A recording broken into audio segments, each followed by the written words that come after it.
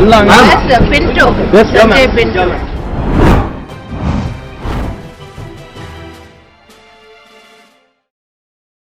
When helmets were made compulsory decades ago, remember there used to be those quality checks and insistence on the ISI mark.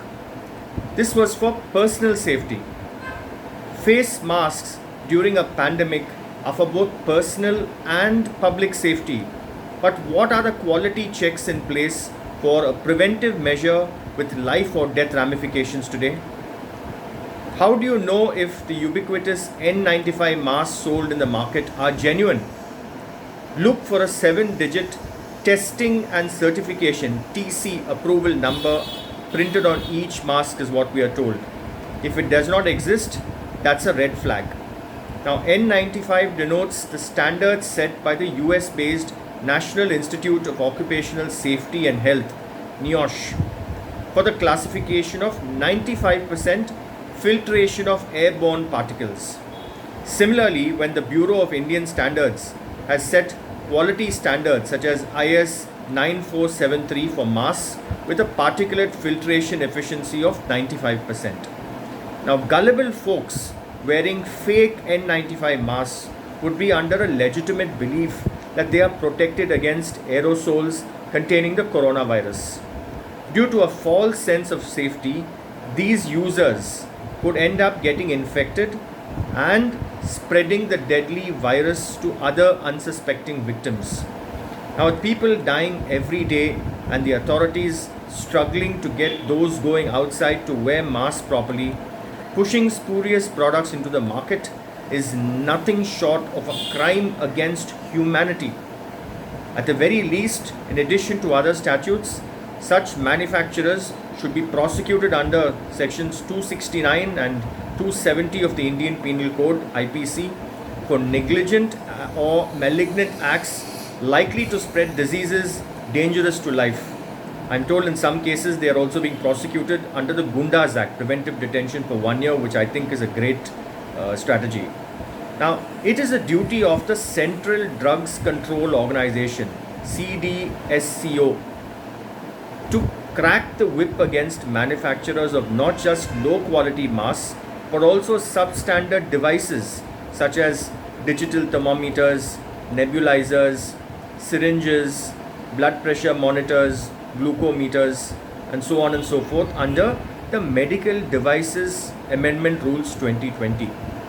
I wonder why commonly used items during the pandemic like pulse oximeters, infrared thermometers, and oxygen concentrators, of course, that demand is greatly reduced, almost negligible now. I wonder why these do not figure in the list of 37 notified devices. Shouldn't they fall under the definition of devices for diagnosis under section 3B4 of the Drugs and Cosmetics Act 1940, under which these rules are framed? Even empty gelatin capsules are within the meaning of drugs under these provisions. Now, as a common advice to patients with COVID symptoms to seek admission if their oxygen saturation falls below 93, the reading on a simple oximeter is crucial. With unbranded products flooding the market today, false readings on these devices, these defective devices, would constitute a serious issue that warrants urgent attention. Now, there was also an abominable breed of criminals out to exploit human misery by selling chalk powder solution as remdesivir injections. Can you imagine that? Despite two recent circulars from the Drugs Controller General of India to all states and union territories calling for a strict vigil and stringent action, these are the two terms they used, strict vigil and stringent action to stop hoarding, black marketing and overcharging, there were media reports, remember, of some medicines being sold even 10 times higher than the MRP, the maximum retail price. Which is why the Delhi High Court in Brahm Healthcare Private versus Union of India, recent to a 2021 case, recently warned of separate contempt action against such offenders. I was glad to recently see a Tamil Nadu government announcement about a reasonable cap on essential items like face masks. I think it's imperative that Raids are conducted under Rule 30 of the Drug Price Control Order 2013 at warehouses, stockists, pharmacies to arrest this pernicious practice of hoarding and black marketing of life-saving drugs during a health crisis. Offenders must also be arrested under Section 3 of the Prevention of Black Marketing and Maintenance of Supplies of Essential Commodities Act 1980, Section 420 of the Indian Penal Code, and relevant provisions of the Drugs and Cosmetics Act, which was amended in 2008.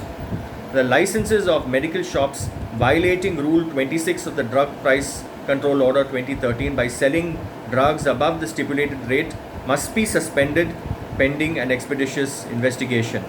The Delhi High Court in Bavreen Kandari versus Government of NCT of Delhi, again recent judgment 2021, lit a flame of hope.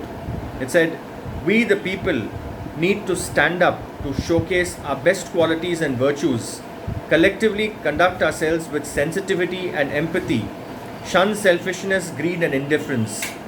But I still see, ladies and gentlemen, masks, so-called N95 masks without that number, without that TC number. God save us really. This pandemic has been a battle of good versus evil, of the medical fraternity toiling incessantly in those PPE kits for hours on end to save lives, and on the other hand, of Shylockian mercenaries out to make a quick buck, even over funeral pyres.